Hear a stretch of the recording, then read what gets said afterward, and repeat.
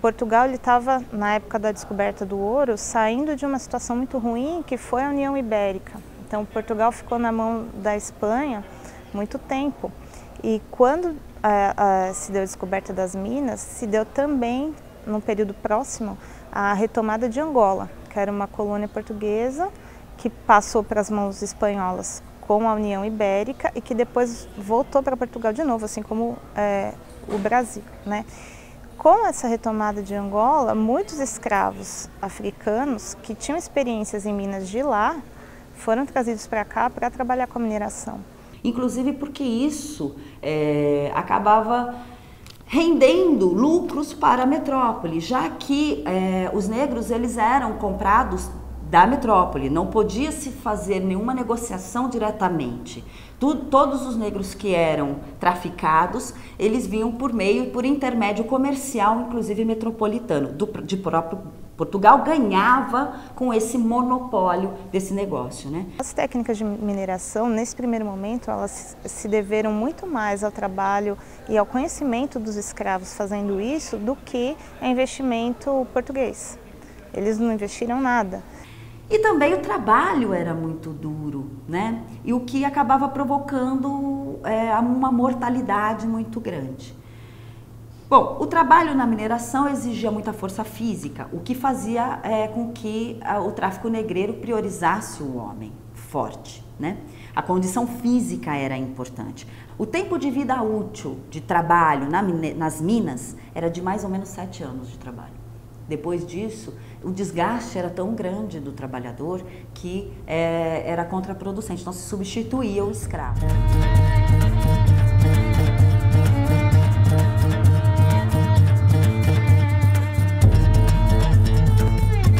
Então, 120 anos de exploração manual com essa tecnologia africana de extrair ouro, que era como os africanos extraíam ouro, né, há milênios lá na África, que era saber perseguir o veio de quartzo, né?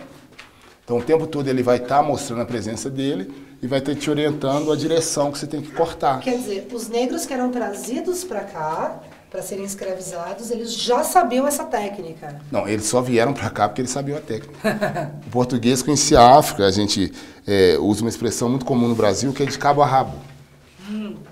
Rabat é a capital do Marrocos e a cidade do Cabo é a outra ponta da África. Então, o português conhecia a África toda, de cabo a Rabat. Então ele sabia onde que tinha pessoas com conhecimentos para tais habilidades, para tais ações. Então ele já comerciava ouro lá com a África, né? Desde o século VIII já tinha grande exportação de ouro lá, já tinha comércio com a Europa. Então o português lá no século XVIII, na hora que encontra o ouro aqui, ele vai lá na África e começa a sequestrar essa mão de obra especializada. Entendi. Então quem construiu isso aqui era a melhor mão de obra do planeta da época da mineração. Entendi. Diferente do saber acadêmico, que confrontou com o saber africano e diminuiu o saber africano. Sem dúvida. E aí agora faz engenheiro de Minas para fazer o que eles faziam aqui há 300 anos com a mente e o martelo. Então esse conhecimento que é o ponto que nunca é falado aqui em Ouro Preto. Aqui parece que o negro nasceu no navio negreiro. Porque eles lá na África, eles trabalhavam na lavoura. Então eles sabiam fazer isso aqui. Então eles construíam os instrumentos, construíam enxada, construíam picareta. Eles faziam engenho, faziam bicas, sabiam trazer a água do rio para cá. Então tudo isso era mão de obra negra, porque eles tinham que fazer e para melhorar o trabalho deles, para eles apanhar pouco, eles criavam as coisas.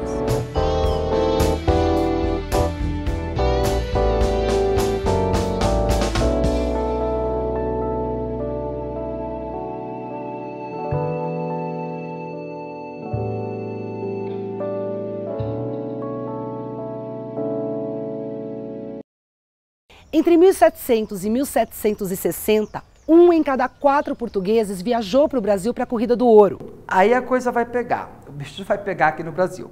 Porque a partir desse período, começa a ter um aumento muito grande de colonos em busca do ouro para o Brasil. Então você tem um grande aumento de novo, intensifica novamente essa imigração de portugueses em direção ao Brasil, a ponto de Portugal começar até a criar algumas legislações para para dificultar, né, a vinda desses colonos, para não esvaziar Portugal nesse período, com a descoberta de ouros no Brasil, né? E aí Portugal vai começar, a partir de então, fazer uma administração bastante centralizadora a partir desse período, né? Portugal vai rebaixar todos os donatários das capitanias hereditárias e vai empossar e vai indicar só governadores da própria coroa, né? Portugal vai proibir o comércio desses colonos com outras nações, então nenhum colono português poderia fazer comércio com outra nação. Portugal também vai permitir que apenas portugueses tivessem o direito de permanecer ao Brasil. Várias regras, né, que dificultam, né, a entrada de outro tipo de imigrante no Brasil, apenas o português. Esse foi um fenômeno poucas vezes visto no país e as vilas borbulhavam com essas novas oportunidades. E elas também atingiram aqueles homens escravizados. Sabe aquele sonho da alforria? Então, ficou possível. E apesar de histórias individuais de um ou outro escravo que porventura conseguiu descobrir um tanto de ouro e descobriu uma pepita e conseguiu comprar a sua carta de alforria, existia também, né? Mas alguns historiadores vão dizer que não. Na verdade, como eu disse, a forma de explorar, o controle da nossa metrópole sobre a produção aurífera foi um controle tão ferrenho como sobre os outros ciclos, como o canavieiro ou como, posteriormente, o ciclo da cafeicultura. Então esse é um grande mito das lendas mineiras, né? A mobilidade social, porque é a primeira vez que se vê alguns casos de alforrias. E a igreja, ela trabalhava nesse sentido também da alforria.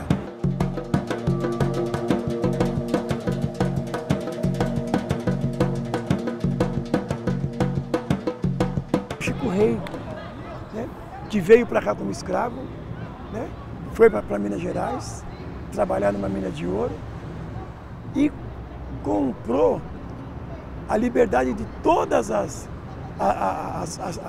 não da tribo dele, porque só o filho dele escapou, mas comprou a liberdade de muitos negros que trabalhavam ali com ele.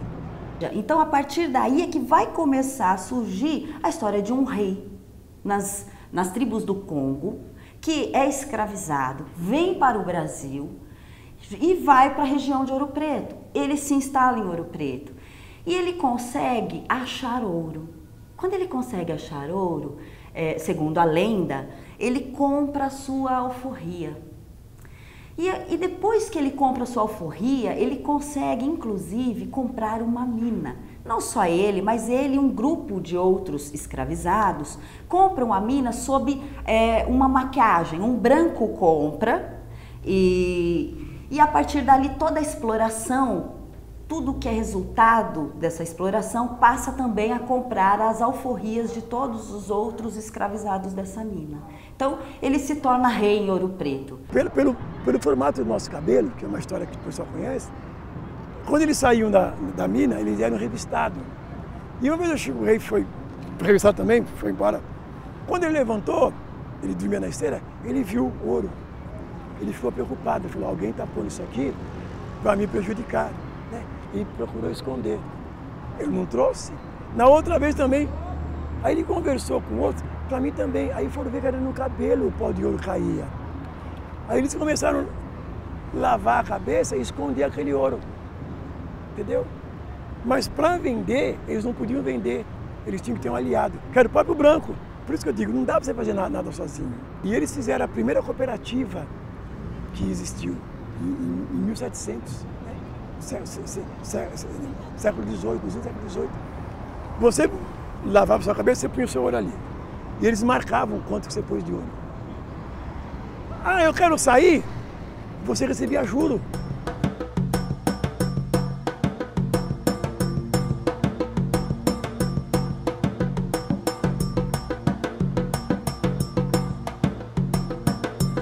E aí ele comprou a mina, construiu uma igreja que é Santa Efigênia do Alto da Cruz. Tem uma igreja que está lá até hoje, essa igreja. E tinha rosário, né? Tem a nossa hora do rosário. E o que ele fazia? Não contente, aonde hoje existe no interior lá fora, uma igreja do Rosário, uma igreja de São Benedito. Também a igreja do Rosário era fundo de alforria, que o Chico Rei mandava de lá para cá. Não há documentação que comprove a existência do Chico Rei.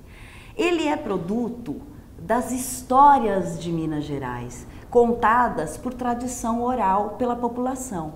Não é interessante a dizer que alguém, na época da chibata, venceu pela cooperativa.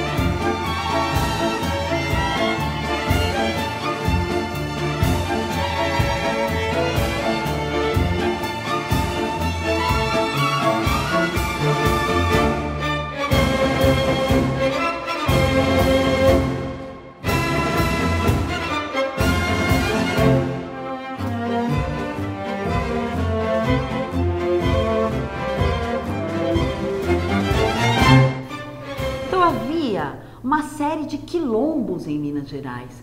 A gente pensa sempre em um quilombo, outro. Não, eles eram uma confederação de quilombos.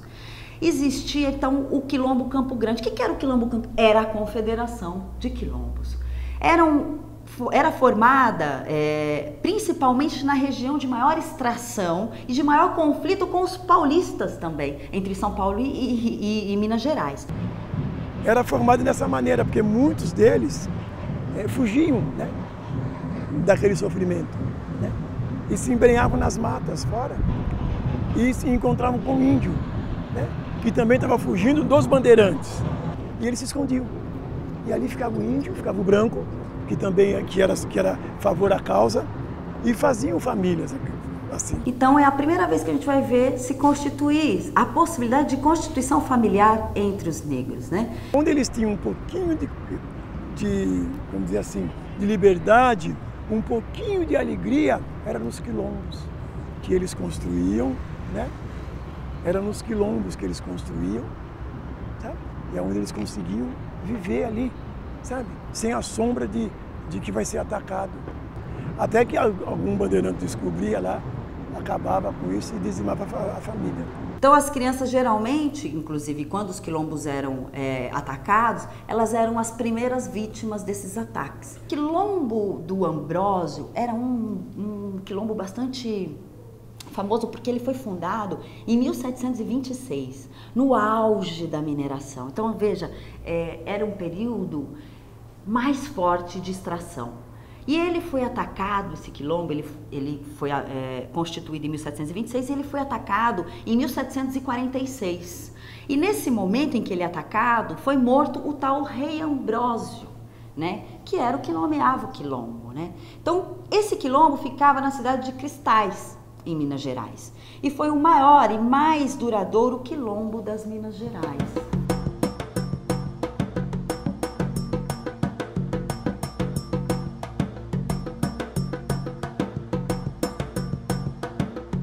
Então havia uma série de quilombos em Minas Gerais. A gente pensa sempre em um quilombo, outro. Não, eles eram uma confederação de quilombos. E nesta região tinham mais ou menos 27 núcleos ou vilas ou quilombos. Quilombo do Gordum, Quilombo do Calunga, Quilombo do Cascalho, Quilombo Boa Vista, Quilombo Ambrósio, Quilombo do Cala-Boca, Quilombo Nova Angola, Quilombo Caeté. Eram mais de 20 mil habitantes nos quilombos mineiros. Na proporção de negro no século XVIII, era de 1 por 6, era Era 6 negros para um branco. Os quilombos eram praticamente aldeamentos, né? Então era o pequeno roçado da sobrevivência, era basicamente o que o indígena fazia, né? Ou mesmo o que a gente vai ver nas comunidades tribais africanas, né? Então segue um pouco essa orientação que é muito próxima de sociedades gentílicas, sociedades tribais. Então era mais ou menos nesses termos que os quilombos também se organizavam, né? Uma produção mais livre, comunitária, né? Onde a comunidade, ela de certa forma, ela rege a vida. Eles procuravam ver qual era a sua especialidade, então ele jogava você naquela especialidade que você fazia. Eu sei passar roupa, você vai passar roupa. Eu sei costurar, você vai costurar. Porque eles faziam, né, agulha de bambu, faziam agulha de bambu e trabalhavam assim. E uma coisa também que eles faziam escola, entendeu? Então, de repente, o próprio dialeto deles ali era difundido, né? Então, como era de várias etnias, eram vários dialetos, entendeu? Mas então eles ensinavam para um negro 4, 5, 6 dialetos, para ele poder se comunicar. E aí falavam que eles eram analfabetos. Não, eram analfabetos na língua portuguesa, porque muitos vieram como príncipe, entendeu? Era um príncipe, eram reis. As autoridades morriam de medo desses quilombos, porque eles realmente eram uma ameaça, né, ao poderio e submissão do trabalho escravo.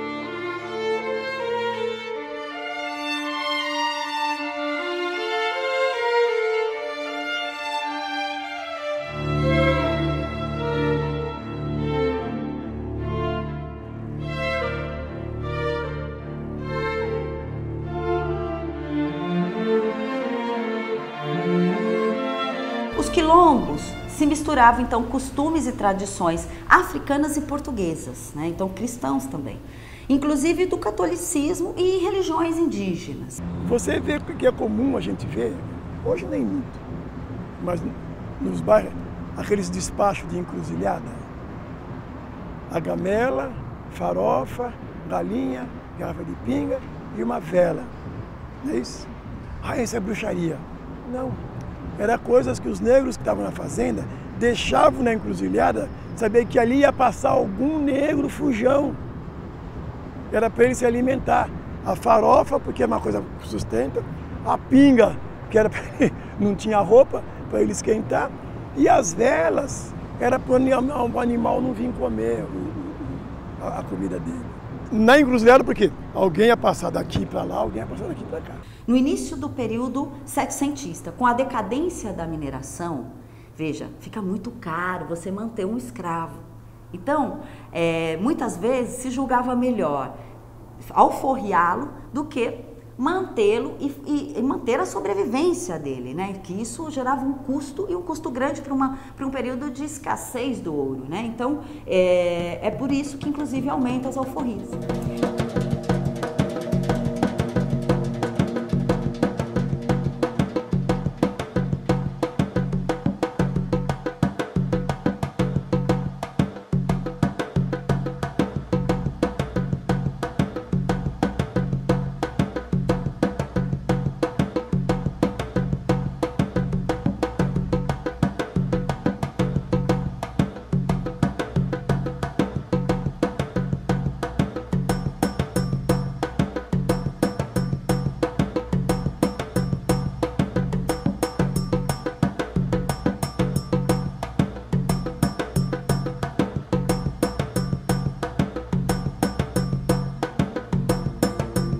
E aí quem é branco e quem é negro no Brasil?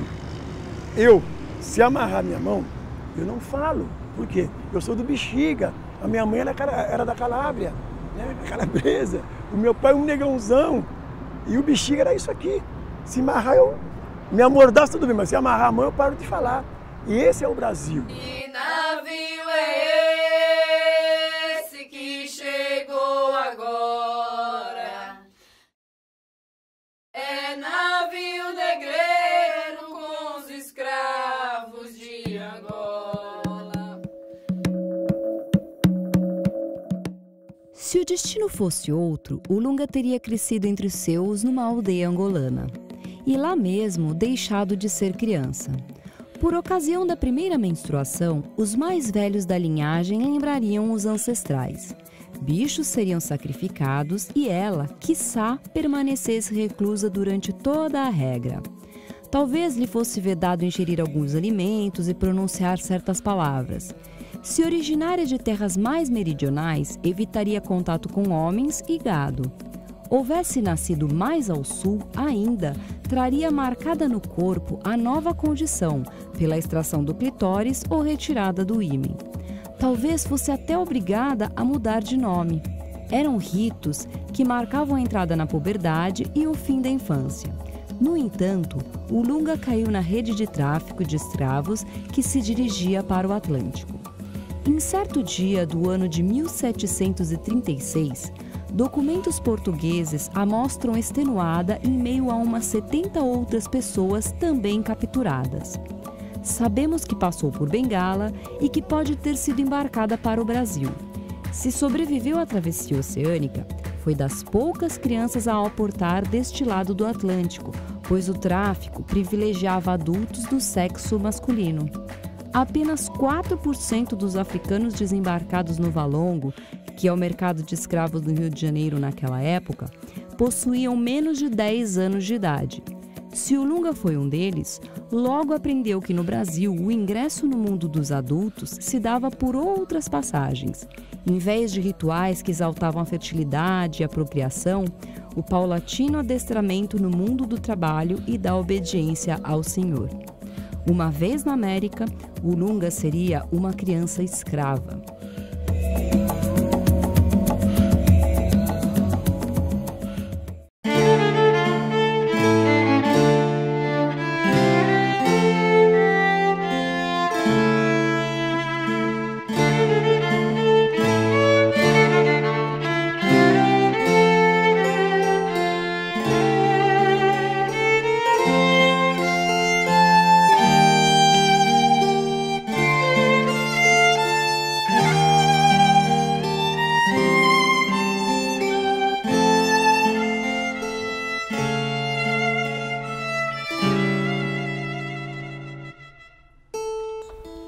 O barroco, ele é o primeiro grande estilo internacional.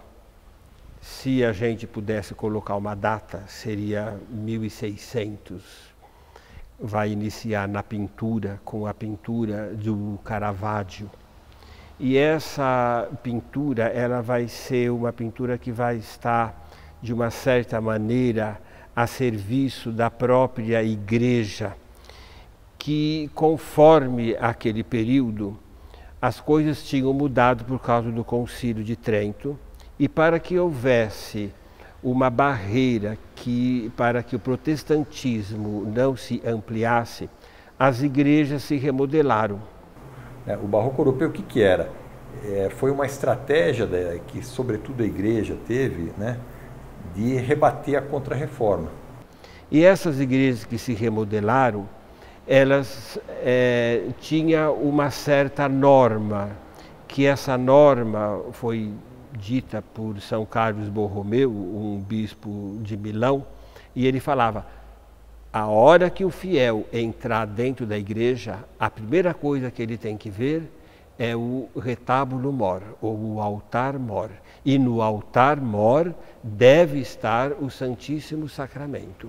Antes as igrejas, tanto renascentistas e as medievais, elas tinham um coro no meio da igreja. Você entrava e ficava perdido. O barroco vai estar muito ligado ao sermão para as pessoas cultas e a catequese para as pessoas mais simples. Vai acontecer uma coisa que se chama adoração das 40 horas. São 40 horas que se fica rezando para o Santíssimo Sacramento. E as igrejas vão ter galerias em volta, e as pessoas vão cantar lá em cima, outras vão responder aqui embaixo, então vai ser um grande teatro. Então, quando você pensa em uma missa barroca, você tem que pensar em no mínimo 2 ou 3 horas.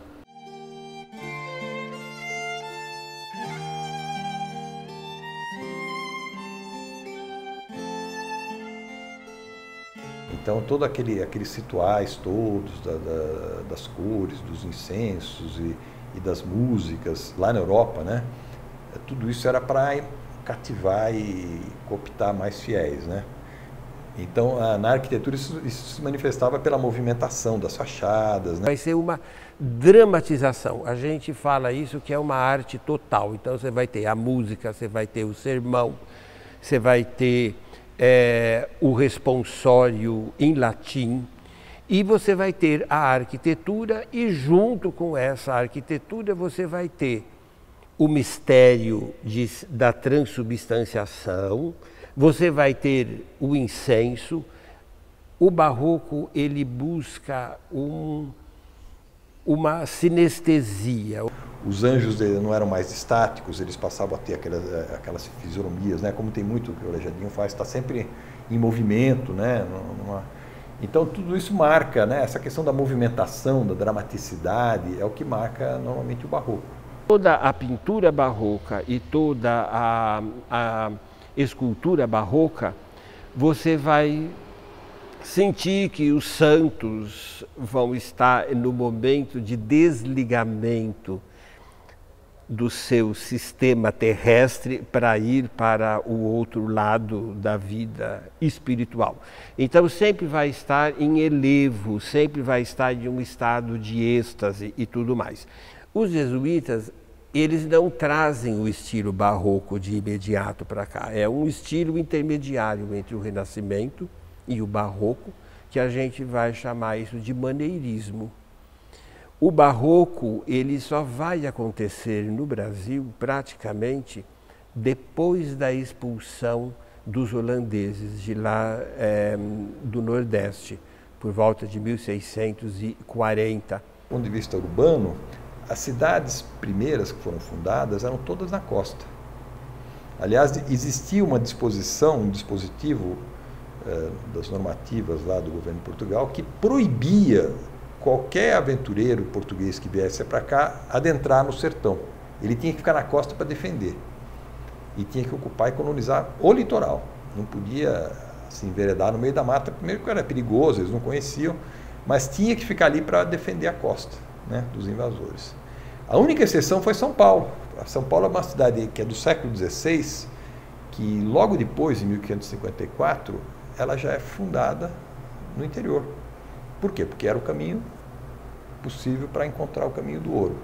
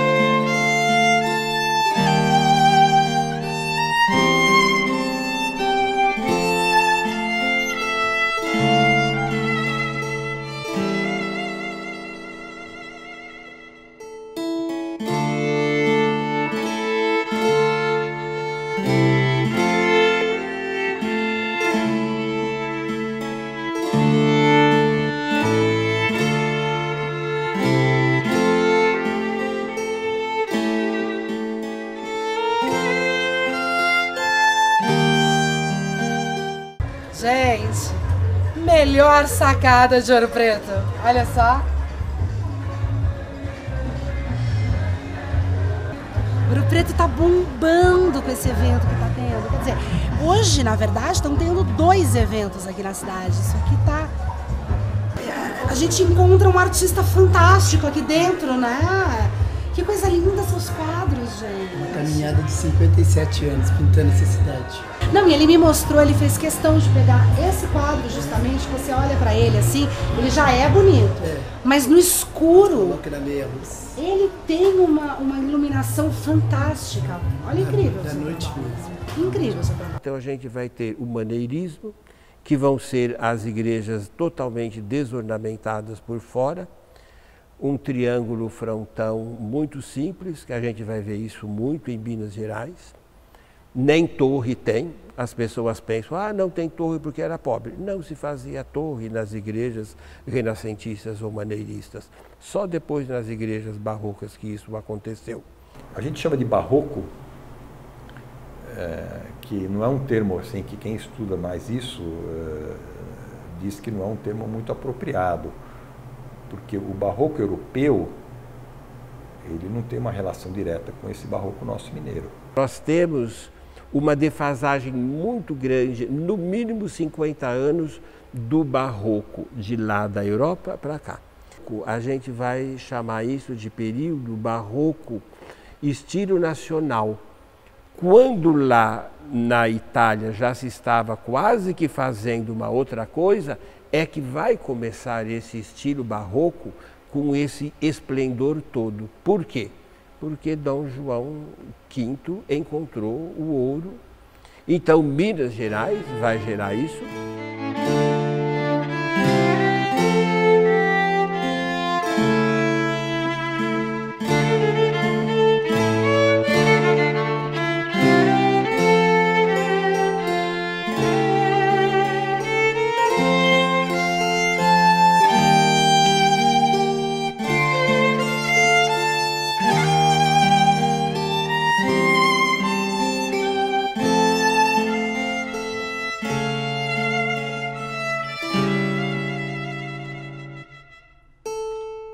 Então nós vamos ter uma transformação muito grande.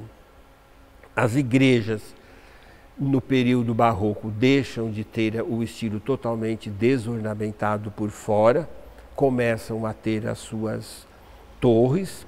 Cada ordem religiosa vai ter uma escola de arquitetura. Quando isso veio para o Brasil, ele veio de uma forma filtrada e muito mais simplificada.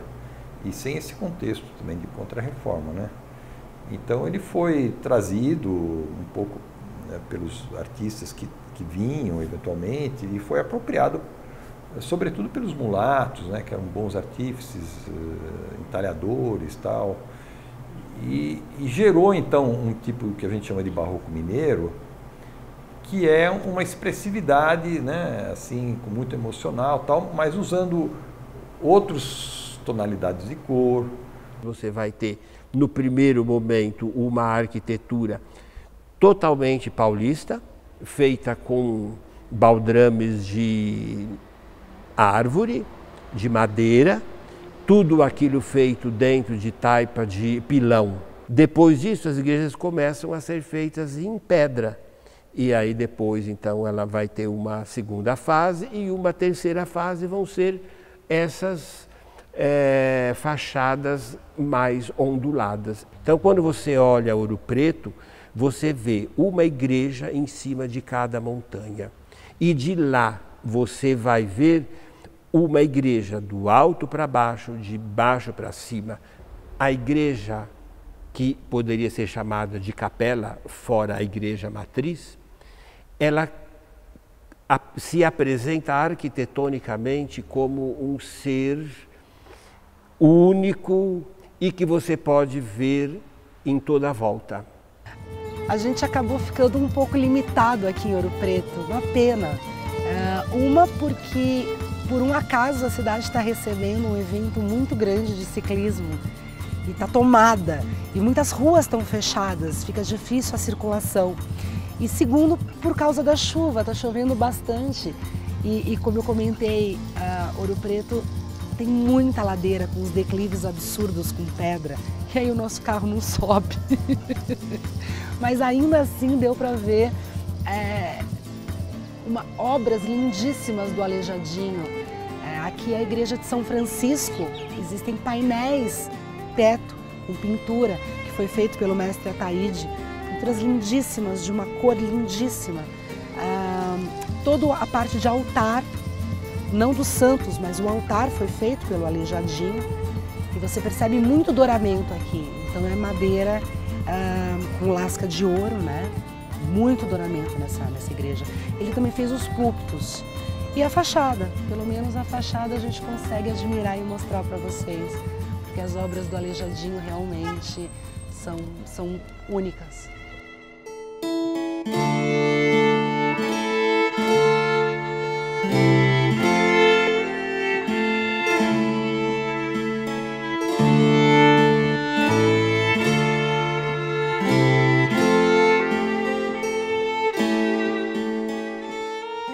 E aí você tem as igrejas, a terceira e a quarta já do estilo mais mineiro, que você tem essa movimentação, tanto da fachada, como a igreja de São Francisco de Assis, ou aquelas igrejas de Ouro Preto que tem essa, isso aqui, tá vendo? Uhum. Então você tem uma parte, que é o nártex, ou aquela parte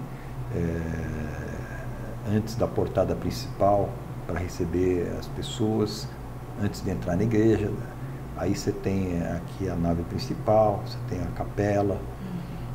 Então você tem os diversos arranjos que caracterizam a nave de uma igreja. Quando o Aleijadinho foi fazer a louvação da igreja de Nossa Senhora do Carmo,